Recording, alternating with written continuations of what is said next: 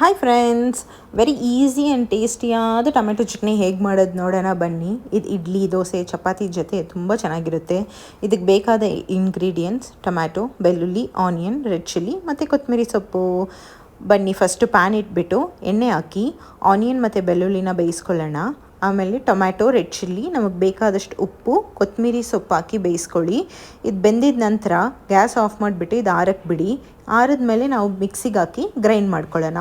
Grind ಮಾಡಿದ ಪೇಸ್ಟ್ನ ಒಂದು ಪ್ಯಾನ್ಗೆ ಹಾಕಿ ಒಗ್ಗರಣೆ ಮಾಡಿಬಿಡೋಣ.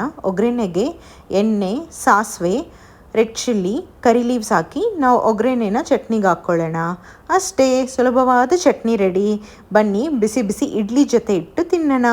ಇದು ಇಡ್ಲಿಗೆ ಮಾತ್ರ ಅಲ್ಲ, ದೋಸೆಗೂ ತುಂಬ ಚೆನ್ನಾಗಿರುತ್ತೆ.